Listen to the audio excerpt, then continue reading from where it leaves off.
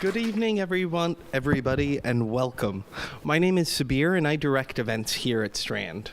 For a little bit of history, Strand was founded in 1927 by the Bass family over on 4th Avenue's Book Row. Stretching from Union Square to Astor Place, Book Row gradually dwindled until, after over 91 years, Strand is the sole survivor, still run by the Bass family and still housing new and used books. Tonight, we're very excited to kick off National Poetry Month with a series of readings from some local poets, featuring Michelle Chen, author of Point A to Point B. Michelle is a contributing writer for The Nation, a contributing editor at Dissent magazine, and contributing writer in These Times. She is also co-producer of the Asia-Pacific Forum on Pacifica's WBAI and Dissent's Belabored podcast. Her poetry weaves together her reporting observations with other literary sensibilities. Michelle previously published with Rediscovering Chapbooks and Anaphora, and was a 2017 finalist in the Eggtooth Editions Chapbook Contest. Following Michelle will be Tamara Zbrizher, author of Tell Me Something Good. Tamara is a Ukrainian American poet. Her work ranges in subject matter from her Jewish heritage, motherhood, womanhood, immigration, and the passage of time. Her work has appeared in Lunch Ticket, Naugatuck River Review, The New Engagement, Driftwood Press, and Lamplighter Magazine. Her poem, When the Holocaust Burns Your History, You Grow Myth, was nominated for a Pushcart Prize. Finally will be Ysabel Gonzalez, author of Wild Invocation. Ysabel was born in the Bronx and raised in Newark. She received her BA from Rutgers University, an MFA in poetry from Drew University, and serves as the assistant director for the poetry program at the Geraldine R. Dodge Foundation. Ysabel has received invitations to attend VONA, Tin House, Ashbury Homeschool, and Boat Press workshops. She's a Cantamundo Fellow. Please join me in welcoming Ysabel, Michelle, and Tamara to Strand. And first up reading will be Michelle Chen.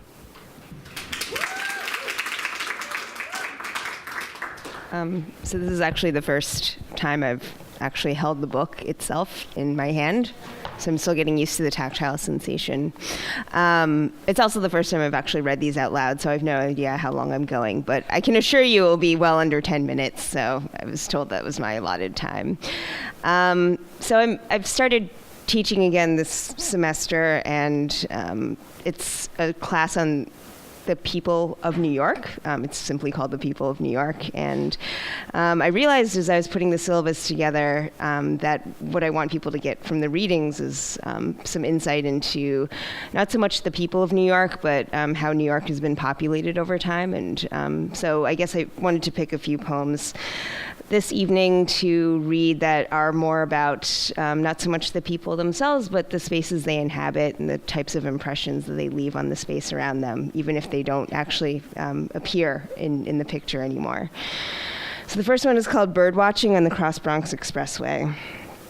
Every morning starts in the same place, with my aunt opening a window with a duct-taped crack that blooms in the shape of a dandelion. Climbing the fire escape, slippers prod to the tar-papered rooftop. Here she keeps a sanctuary of two twitching parakeets.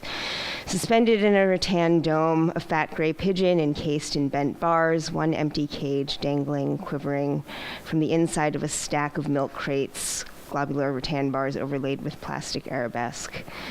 In my mind, behind closed lids, I see her playing the roving bird watcher who never got away, traipsing up to the roof while Uncle snores below, ascending to the crisp dawn, leaping across the alley, ledge to ledge, bounding over the expressway to some distant refuge up north, landing in damp, loamy dirt, roaming barefoot, fat toes liberated, digging into wormholes, in the dirt, feral aunt crouching in the thrush, gossamer nightgown, capacious bosom gathered behind a berry bush.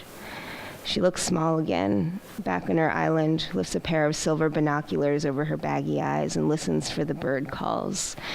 None of the din of the rushing traffic, no clanging of the L, a dawn in eternal suspense. Waits for an owl to stir, stalking lesser yellow legs, different species of the abandoned, wild, tame migrants, all the same, passing through, en route to more exotic climes. In my mind, she is no longer standing on the roof, snatching on the precipice of a wild beyond, but back on terra firma, admiring the lush migratory flocks, nesting raptors, clustered above, suspended, untied, down, each element of the scene, ranged around the compass. No passports waved through with a fold in the corner on a frayed edge of an Audubon guide. On a route as old as the seasons, no boundaries, no trespass signs marking where the sanctuary begins and ends. I see my aunt in flight in the morning before waking downstairs to rediscover a niece estranged from a shore never seen. The inside of a cage left open, recaptured by an aunt who never flew away. Here we are kept to only lost bird watchers here, ensnared on the wrong side of an open cage door. And this one is called Clean Break. And this is another one of those things about a person who, it's a poem about a person who does not actually appear in the poem. Clean Break. The day you left, I didn't really see you go, just the wet footprint trailing from the shower through the lobby, out the door, into a curtain of light so sharp it cut the horizon in two. Your matted hair still sticky with drops of lather, you stormed out, leaving a faint trail, dramatic silhouette, scrubbed raw, the frayed towel dropped on hot asphalt, dirty again and shameless. Another clean break from all the things I can't wash my hands of, looking down at grimy footprints on slippery tiles, wondering how to explain this to the neighbors. And this one is called Field Song. It's not in the city, but it is about a place, and you might find some familiar notes here. Field Song. The day his daughter was born, the men's feet began to pad the land, the plows began to gnash the dirt, and the birds vanished. Men washed into pockets of earth, hollowed out by fugitive birds. Summer lull hung in thin, ropey strands, limp tongues of a scarecrow's tattered shirt. Beat off-key against the whistling winds. Gnarled fists clung to dirt to keep from getting carried away on the wind. The men picked orange trees as a busker plucks. The strings of a lute strum the groove of a wheelbarrow trail. But silence hovers in the minor key of dusk, calloused songs braided into wire, carrying dreams home on something not quite wind, on a sound not quite a lullaby. What time is it there? The day his daughter was born, he began trusting her to sing herself to sleep, just as she was born trusting the faraway man, strumming the timbre of a reedy southern wind. He'll travel in the other direction for a few seasons till the oranges are left to rot off the tree and will patter to the ground in a muted staccato. The rhythm of an overextended family, stretched over a measure of a long stave. A girl's voice peals somewhere, sweetened in a man's harvest of welled silence, waiting for a time to sigh. That's it.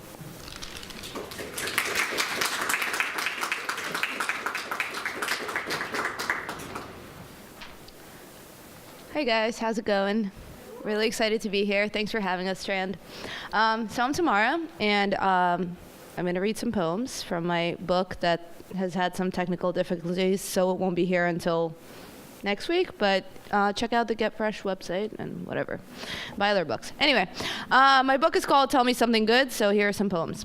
Tell me something good. For once, don't say something good and let out that that comes from the little boy trapped inside the man. We're all little boys, even the females of the species, with our constant need to bonk each other on the head and then throw something fragile across the room, then cry, fix it. One of these days, I'm gonna run out of super glue. This whole damn world is gonna. And all that'll be left are some broken choo-choos and a memory of that one time we gathered the kindling, made the fire, and roasted meat on sticks in silence. For once, there was nothing to fix. Finally growing. I don't know what it's called, one of those hanging houseplants whose leaves are glazed green. I cut its dreads years ago, knowing it would go bald if I didn't shear most of it off. Then watered and windowed, still it struggled to sprout until this month, when one of its vines finally crept past the pot and the rest followed. I don't know why I'm telling you this. What I really want to talk about is love. How it could only sprout after I left, got my own place, learned to sit in silence, love the smell of my own dirty hair, or some self-help crap like that. Or how years ago when it died, I wondered if it meant that I could never make love grow. There are rules about multiplying by 0. I don't know math like I don't know love. All I know is when I cut the dead leaves off, untangling them free of the survivors, I clipped some living ones too. And I'd be lying if a part of me weren't a little glad for it. Tell me something good. For once, don't use irony. It's all too ironic in that Woody Allen way, how all the characters always get what they need but not what they want. Or maybe you're one of those people who confuses irony and coincidence. Or the artist and the man, like how he diddled young daughters and we called it a quirk. When I was younger, I bragged, I am woman with Woody Allen trapped in her brain. What did I know of letting small men inseminate me with big ironies? The ironic part is, he wouldn't even get it up in this grown woman's brain.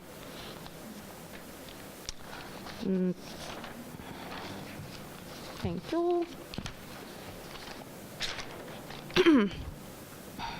Even the sun is a dog sometimes.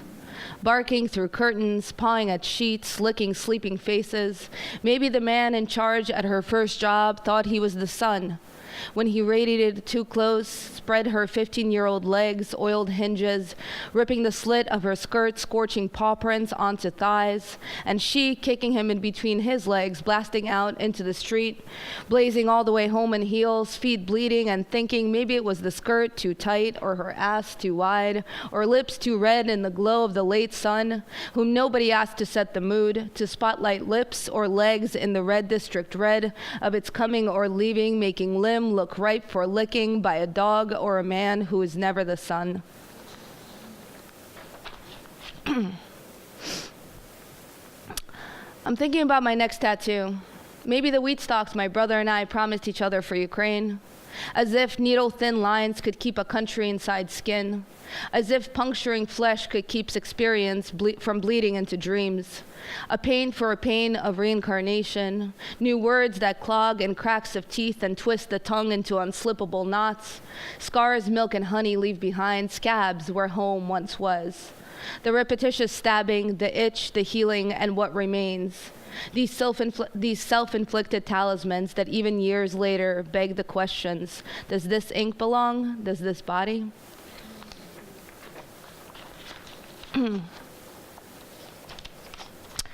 Tell me something good. I can't imagine how difficult breathing is with all those words clogged in your throat. This is just like that diner waitress getting off her overnight shift. She's stuffing her tips into her purse, clocking out and slipping her coat on, running out the door. She's breathing in the first air unsaturated by grease and wonders if it's real. She'd been convinced all oxygen was watered-down coffee and over-buttered toast. She'll shower and fall asleep at dawn if she's lucky, but she won't get the stink of fried eggs and surrender out of her hair. There are so many things about this ending that'll never wash off. Two more? All right. Rediscovering the Classics. You told me in a kicking yourself voice about a thing you should have said years ago but didn't. I said, oh. You said, yeah. And changed the topic to my never-seen classics like The Room or Rocky Horror.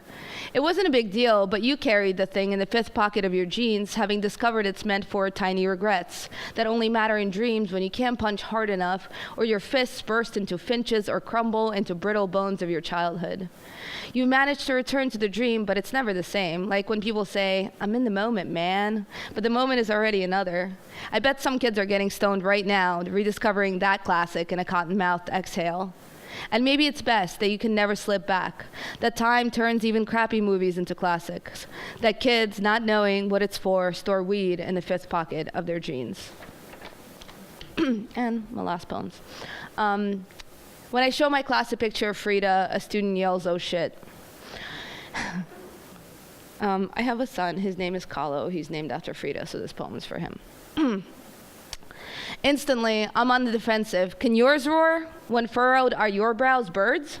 Each unplucked hair boats across oceans, home azul like nothing in nature, yet rooted in revolution's bullets over clothing lines, burrowing holes in white linens, and a busted bus that burrowed holes in bone, rods that held her together, back brace that broke her heart, her brows the only body part not saturated in tragedy, like gangrene, hungry, ravenous even, how it swallowed her feet whole, smacked its lips, choking down each toe. Kid, what do you know of lust and love that lives through miscarriages that outlast body parts? What do any of us know of tending to that unhealable wound? I was lucky. I birthed the son who bears her name, and if I raise him right, her spirit too, in each hair of his tiny brows, like her brows, which I praise when my husband, the same man who held me through the blood and horror show of birth, jumps his hand away from my unshaved legs like its prickles are fire, like the hair will swallow him whole. How thankful I am to her brows for giving me the strength to say, I'll shave mine when you shave yours. When I show my class a picture of Frida, a student yells, "Oh shit," then takes a photo with his phone. She's gonna be my background. Praise to the conjoined black bears, unplucked iconoclasts, untweezed revealers of women's multitudes, claws and crutches, flowers that bloom from a dying head. Thanks, guys.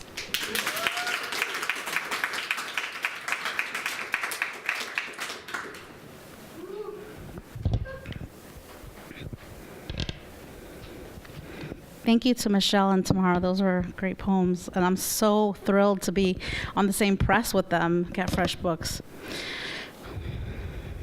My first poem is Fruit. My therapist says I need to stop reaching for low-hanging fruit.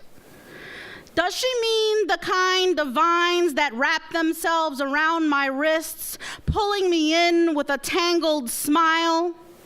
There's this way men talk and talk themselves into knots, boasting, pontificating.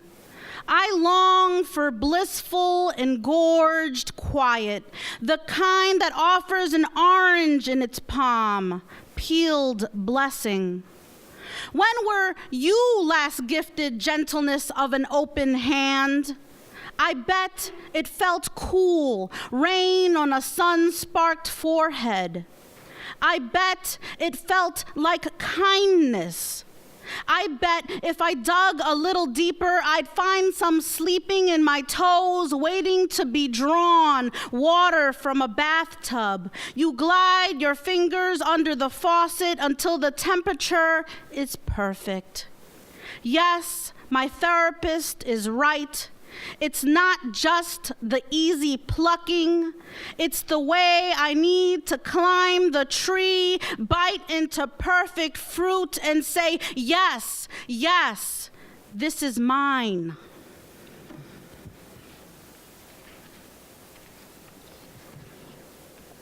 Because brown women's bodies are told we take up too much space, when I inhale, I make sure it's breath I need.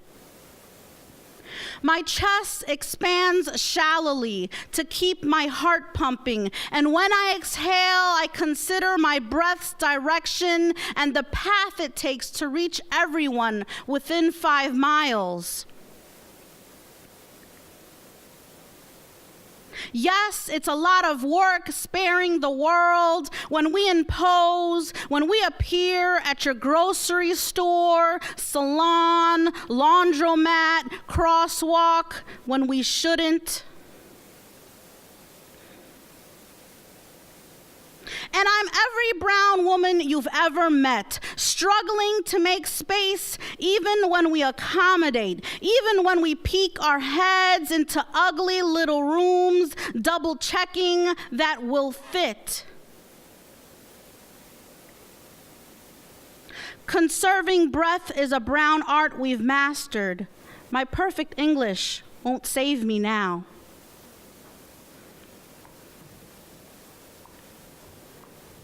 This next poem is for Crystal. It's called Weight of Extinction. My best friend rumbles in bed as we share a hotel room and admits to me she's afraid she'll have a heart attack tonight. It's the fries, along with the worry that her young black son will be done in by the cops because of his drunken stupor. 2 a.m. and we cannot sleep. Her phone keeps ringing and my phone won't ring. I wonder how much fat was in the vanilla milkshake I had earlier today. And as I count sheep, I think about all the ways my best friend and I fold. Gorgeousness in our thighs, dimples, backside curves, our chunky midsections crisply curling into other fleshy parts. I love us in all our plus-size glory, but also cannot understand the thread between a burger and elation, sewn together like cotton underwear. We pull at the elastic to smooth it on, tug at the flyaway fabric where it doesn't belong. I love us even when they say I shouldn't, with my bestie holding white covers up tight to her face, even when fat claims a heart. I love the way my heart is cradled by fat, chocolate nestled delicately in red foil wrapper, thumping buried treasure, pocketed fruit, a rose tucked inside a man's jacket. I love us even when our bodies ask why, and love my body even when it thinks it belongs only to itself. This weight, this creeping toward extinction, what body hasn't done this before?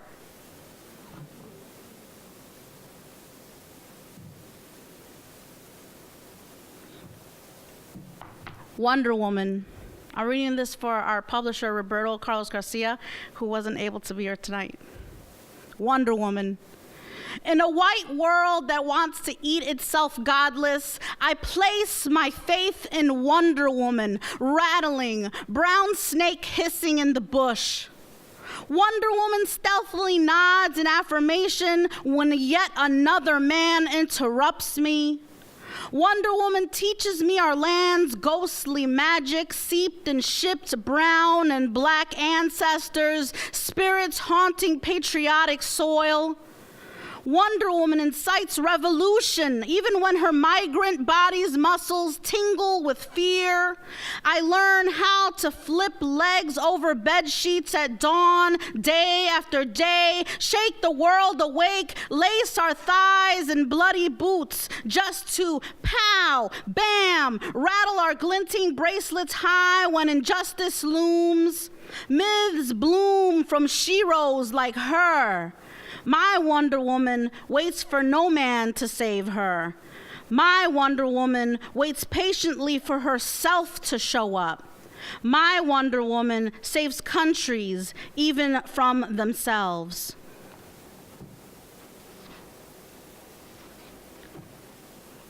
This is for my mother, no nook need.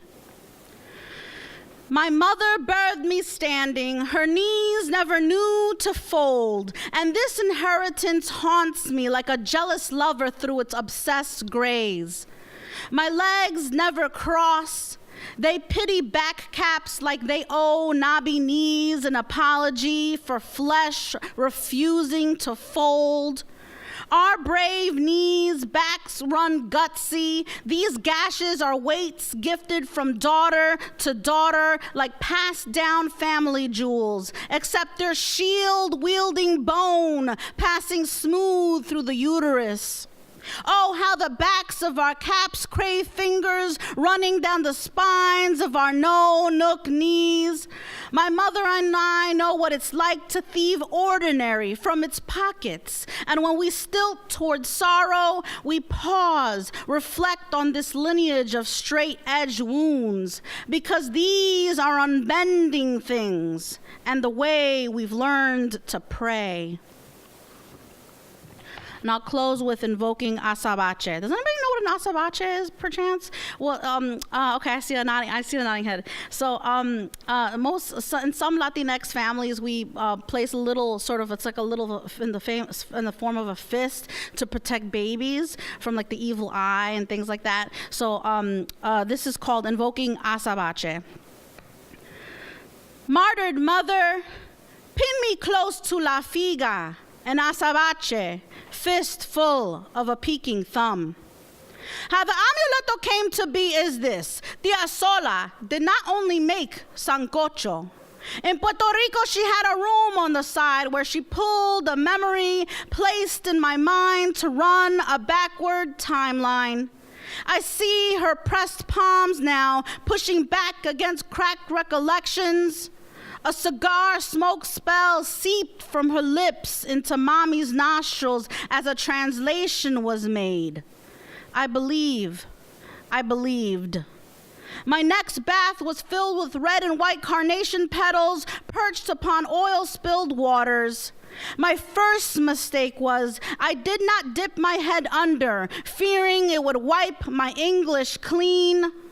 My second was that once dressed, I refused to wear Santa Barbara's sword hidden in my breast unless a white boy find it. I changed.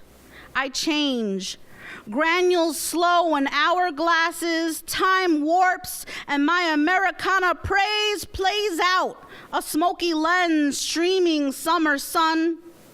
I cling close to a melting mirror, something off a Dalí canvas, watching my brown face dribble, then meld into white as if for God's play.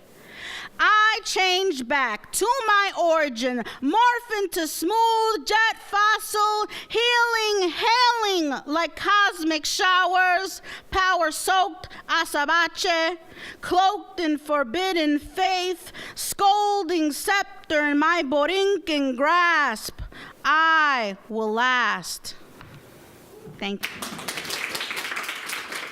And shout out to the Strand. Thank you for hosting us.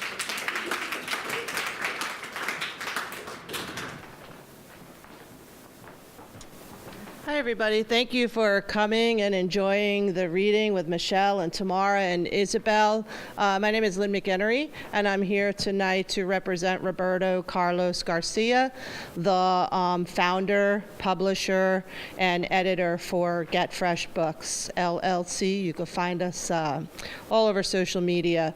Our commitment as a press is to publish the best manuscripts possible, to get them out into as many hands as possible, and to do that without charging writers any kind of submission fees or readers' fees in a world that's so full of contests and charges for everything that you want to create. So I'll just read you our mission really quickly. Get Fresh Books, LLC is a cooperative press where our authors, editors, and publishers create and pursue a vision for the writer's work.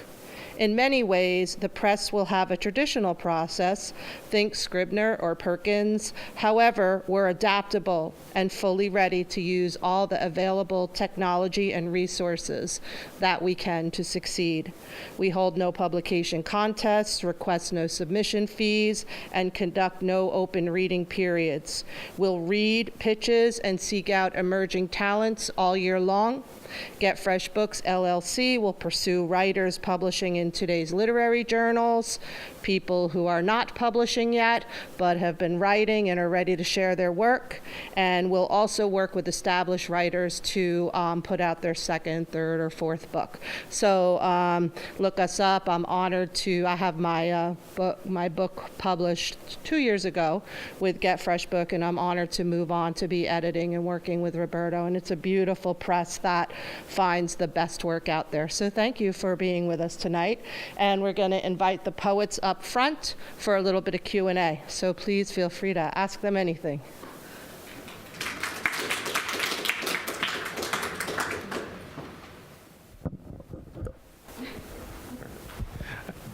And if you'll just raise your hand if you have a question, I can run the mic over to you. Anything, they're ready to talk.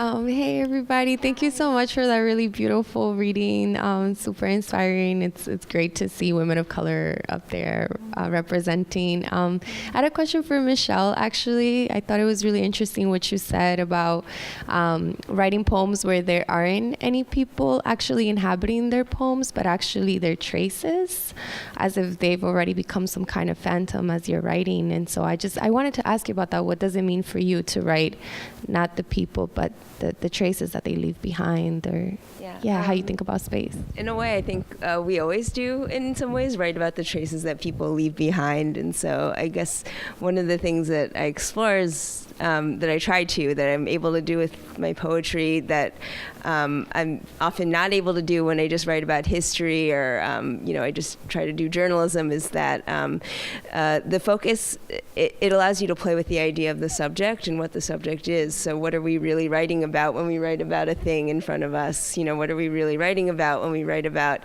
an image of someone that we had that no longer exists? Or, why do we hold on to certain ideas of things, even when they're only available to us for a fleeting moment? So just like playing with that distance between what we perceive in that moment and how we live our lives now is something that I think poetry allows you to do, because you can sort of play with space and time like that. And I've also just, on the side, I write a lot about migration, and a lot of migration, a huge part of migration, of course, is, where people go and where they've been. But it's often that the migratory experience only comes to us when we see the places after people have left, or people only understand what's happened to them after they move on to a new place. And often people exist in more than one place, in more than one form. So, that's another kind of idea that I had. Hello, this question is for Tamara. Can you talk about the title of your book? Why did you choose that title, and how does it encompass the mood of the book? That's a great question. For a long time I couldn't write, and the only way that I could write anything was by starting everything with "tell me something good." I think my life kind of took a wacky turn, and I just want, I think we all want to hear that something good sometimes, when you're having a crappy day or month or year. So I guess that's how it started, but I think a lot of the poems in the books are kind of little stories, and I think I'm almost reminding myself over and over again that, these are the good things, even when they don't look that way, I guess.